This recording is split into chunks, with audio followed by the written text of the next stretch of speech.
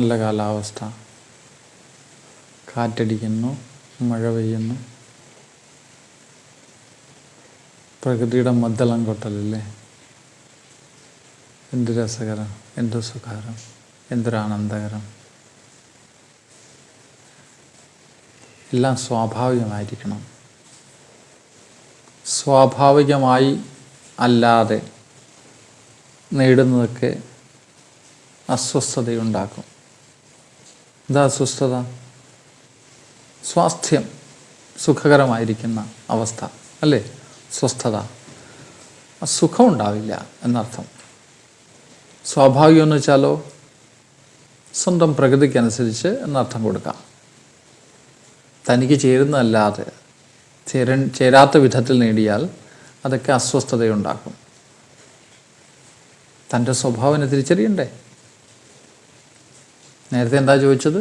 എങ്ങനെയാണ് വികാര വിചാര പ്രപഞ്ചത്തെ അപ്രത്യക്ഷമാക്കുന്നതെന്ന് ഇല്ലേ, ഇല്ലാണ്ടാക്കുന്നതെന്ന്. വശത്താക്കാനാണോ? കൊള്ളാം, അത് നല്ല കാര്യം. വശത്താക്കാൻ ഈ വികാര വിചാരങ്ങളൊക്കെ എവിടെ നിന്നാണ് ഉദിക്കുന്നത്? മനസ്സിൽ നിന്ന്. അതിനെ നമ്മൾ നല്ല വിചാരം, ചീത്ത വിചാരം എന്നൊക്കെ പറഞ്ഞ് സെഗ്രിഗേറ്റ് ചെയ്തിട്ടുണ്ടല്ലേ. അങ്ങനെ വല്ലതും ഉണ്ടോ? നമുക്ക് നല്ലത്, നമുക്ക് ചീത്ത എന്നല്ലേ പറയാൻ പറ്റൂ. നല്ല വിചാരം ഉണ്ടാകുമ്പോൾ വല്ല പ്രശ്നമുണ്ടോ? ചീത്ത വിചാരം വരുമ്പോഴല്ലേ നമുക്ക് ബുദ്ധിമുട്ടായിത്തീരുന്നതല്ലേ. ഇതെങ്ങനെയാണ് ഈ മനസ്സിൻ്റെ ഫങ്ഷൻ എന്ന് ആദ്യം മനസ്സിലാക്കണം. ഗുരുക്കന്മാർ പറഞ്ഞിട്ടുണ്ട്, രാഗദ്വേഷങ്ങളാലാണ് മനസ്സ് ചലിക്കുന്നതെന്ന്. രാഗം എന്ന് വെച്ചാൽ എന്തിനോടെങ്കിലുമുള്ള അടുപ്പം, നമുക്ക് ഇഷ്ടമുള്ള കാര്യം. ദേഷ്യം എന്ന് വെച്ചാൽ അതിനുള്ള വിയോജിപ്പ്, എതിർപ്പ്, വെറുപ്പ്. മനസ്സിൻ്റെ അടിസ്ഥാന സ്വഭാവമാണ് രാഗദ്വേഷങ്ങൾ. അപ്പോൾ എന്താവണം? നിസ്സംഗതയെ പാലിക്കണം. നിസ്സംഗതയെ പാലിക്കുക എന്ന് വെച്ചാൽ എല്ലാത്തിൽ നിന്നും വിട്ടുമാറി ചുമ്മാ അസ്വസ്ഥമായിട്ടിരിക്കുക എന്നാണ് അർത്ഥം. പക്ഷെ നമുക്കെല്ലാം ഉപേക്ഷിച്ച് മാറിയിരിക്കാൻ പറ്റുമോ?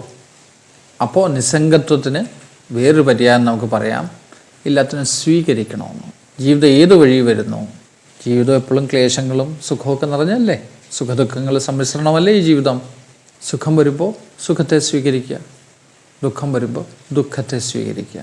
സുഖത്തിൽ അധികം തുള്ളിച്ചാടാതിരിക്കുക, ദുഃഖം വരുമ്പോൾ ശാന്തമായി അതിൻ്റെ സ്വരൂപത്തെ അറിയാൻ ശ്രമിക്കുക. അങ്ങനെ പതിയെ പതിയെ ഈ രാഗദ്വേഷങ്ങളെ വശത്താക്കിയെടുക്കാം. പതിയെ പതിയെ നമ്മുടെ ചിന്തകളെ, നമ്മുടെ വികാര വിചാരങ്ങൾ നമുക്ക് ദർശിച്ച് തുടങ്ങാൻ പറ്റും. അങ്ങനെ തന്നെ വശമാക്കാം. ഇനി വേറൊരു മാർഗ്ഗമുണ്ട്. മനസ്സിൻ്റെ ചലനത്തെ പ്രാണനെന്ന് വിളിക്കും, അല്ലെ പ്രാണൻ്റെ ചലനത്തെ മനസ്സെന്നും വിളിക്കാം. മനസ്സും പ്രാണനും രണ്ടായിട്ട് വിച്ഛേദിച്ച് അറിയാൻ ഇച്ചിരി ബുദ്ധിമുട്ട് തന്നെയാണ് അല്ലേ. നമുക്ക് ഈ പ്രാണനെ അറിയാൻ ബുദ്ധിമുട്ടായതുകൊണ്ട് നമ്മൾ ശ്വാസത്തെ ശ്രദ്ധിക്കാം. ശ്വാസം അകത്തേക്ക് പോകണം, ശ്വാസം അകത്തുനിന്ന് പുറത്തേക്ക് വരുന്നു ഇല്ലേ. ഈ ശ്വാസോച്ഛ്വാസം ഇല്ലെങ്കിൽ ജീവൻ തന്നെ നിലനിൽക്കുന്നതല്ല. ശ്വാസം അകത്തേക്ക് പോകുന്നു, ശ്വാസം പുറത്തേക്ക് വരുന്നു. ഇത് പതിയെ പതിയെ പതിയെ ശ്വാസകോശത്തിലേക്ക് പോകുന്ന ശ്വാസമല്ല, ഈ ആജ്ഞാചക്രത്തിൽ സ്പർശിച്ച് ബിന്ദുവിസർഗത്തിൽ സ്പർശിച്ച് വിശുദ്ധിയിലും അനാഹതത്തിലും മണിപുരത്തിലും സ്വാധിഷ്ഠാനത്തിലും മണിപൂരം വരെ നമ്മുടെ സുഷുമ്നാ നാഡിയിലൂടെ പോകുന്നൊരു ശ്വാസമുണ്ട്. പതിയെ അതിനെ ശ്രദ്ധിക്കാൻ പഠിക്കാം. അതിനെ ശ്രദ്ധിക്കാൻ പഠിക്കുമ്പോഴും പതുക്കെ പതുക്കെ നമുക്ക് നമ്മുടെ വികാര വിചാരങ്ങളിൽ നിയന്ത്രണം ഉണ്ടാകുന്നതായിട്ട് മനസ്സിലാവും. ആ മാർഗത്തിലൂടെയും ഈ വികാര വിചാര പ്രപഞ്ചത്തെ നമുക്ക് വശത്താക്കിയെടുക്കാൻ പറ്റും.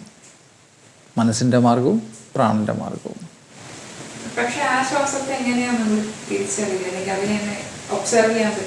നീന്തൽ പഠിക്കണേ വെള്ളത്തിലിറങ്ങണം. കരക്കിരുന്നുകൊണ്ടോ പുസ്തകം വായിച്ചോ ഇൻ്റർനെറ്റ് സെർച്ച് ചെയ്തോ ഒന്നും നമുക്ക് നീന്തൽ പഠിക്കാവുന്നതല്ല. പറ്റുമോ? അതുപോലെ അതിന് യുക്തനായിട്ടുള്ള ആളിൽ നിന്ന് അഭ്യസിക്കുക തന്നെ വേണം. ഇതൊക്കെ വെറും അറിവുകൾ മാത്രമാണ്. അതിനെ നമ്മുടെ നിത്യാഭ്യാസത്തിൽ കൊണ്ടുവരണമെങ്കിൽ, അനുഭവം വരണമെങ്കിൽ പരിചയിക്കണം. വേറെ വഴിയൊന്നുമില്ല.